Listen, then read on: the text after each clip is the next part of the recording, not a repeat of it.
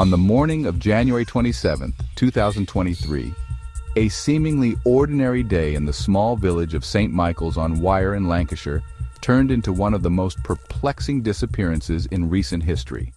Nicola Bulley, a 45-year-old mother of two, left her home for her usual routine, drop off her daughters at school, and then take her dog, Willow, for a walk by the River Wyre. Little did anyone know, this would be the last time she would be seen, alive or otherwise. St. Michael's on Wyre is known for its tranquility and tight-knit community, a place where nothing much ever happens until the day Nicola disappeared. On that fateful morning, Nicola had dropped her children off at school and then set off for her walk along the river. She was seen by familiar faces, people she had known for years. At 8:59 a.m., she sent a message to a friend arranging a playdate for their kids, then joined a Microsoft Teams meeting for work. Her camera and microphone were off, suggesting she didn't need to actively participate in the meeting. At 9:10 a.m., she was last seen walking along the riverbank with her dog Willow before disappearing into thin air. By 9:33 a.m., her phone was discovered by a passerby still connected to the Teams call, but there was no sign of Nicola. Willow was sitting quietly by the bench where her phone was found, completely dry, with no indication she had entered the river. What happened in those 30 minutes? Theories ranged from an accidental fall into the river to voluntary disappearance, or even third-party involvement. The calmness of the river raised doubts that Nicola had fallen in, especially considering Willow, who was always by her side, had not entered the water. A frantic search began almost immediately, with police using drones, divers, sniffer dogs, and volunteers to comb the area. Despite their best efforts, Nicola was nowhere to be found. As time passed, the speculation grew. People around the UK and beyond rallied together to help, but with no solid evidence to work with, the case became an unsolvable mystery. Why had she vanished? Where could she have gone? And why was there no trace of her even after exhaustive searches? The search for Nicola quickly became a national news story, with three primary theories being considered: that she had accidentally fallen into the river, that she had left the area voluntarily, or that a third party was involved. However, none of these theories seemed to fully explain the situation. Professional divers and sonar equipment scoured the River Wyre, but nothing was found in the area where Nicola was believed to have fallen. Her dog was left behind, calm and collected, an unusual sight considering the circumstances. Days turned into weeks, and the case became increasingly frustrating. Theories ran wild, with speculation running rampant on social media. At the same time, police and experts struggled to piece together what had actually happened. As the investigation continued, the media and social media users drew increasing attention to the case, sometimes for the wrong reasons.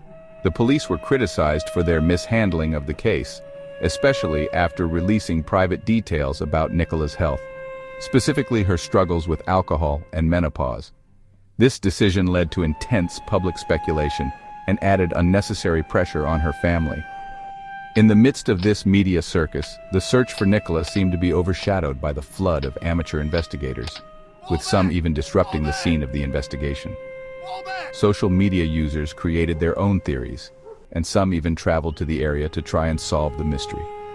Police officers and family members repeatedly warned against these private detectives, as the public's involvement began to hinder the investigation. It wasn't until 23 days later that two members of the public walking near the river discovered Nicola's body. The location was approximately 1 mile downstream from where she was last seen.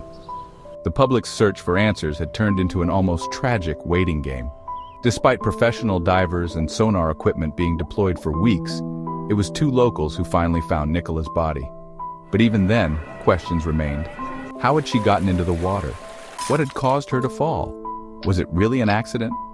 The most accepted theory is that Nicola's death was caused by accidental drowning, likely due to the cold shock of the water. The spike in her heart rate, recorded on her Fitbit shortly before her disappearance, supports this theory. However, many unanswered questions still linger. Why did she go near the river in the first place?